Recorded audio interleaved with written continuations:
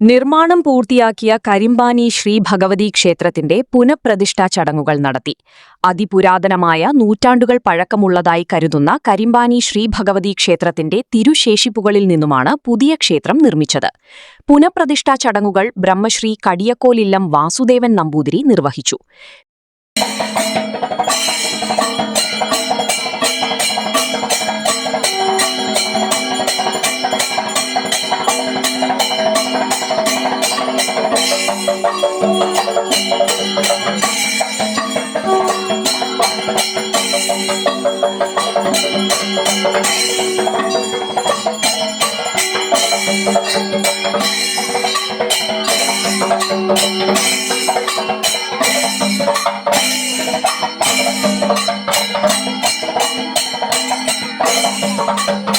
Karimpani government LP. സ്കൂളിന് സമീപമാണ് പുതിയ ക്ഷേത്രം നിർമ്മിച്ചിരിക്കുന്നത്. പ്രധാന പ്രതിഷ്ഠ ഭദ്രകാളിയുടേതാണ്. കൂടാതെ ഉപപ്രതിഷ്ഠയായി സുബ്രഹ്മണ്യൻ, യോഗീശ്വരൻ, ഘണ്ടാകർണൻ, മലവാനമൂർത്തികൾ, രക്ഷസ്, സർപ്പം എന്നീ ഉപദേവതാമൂർത്തികളും ഉണ്ട്.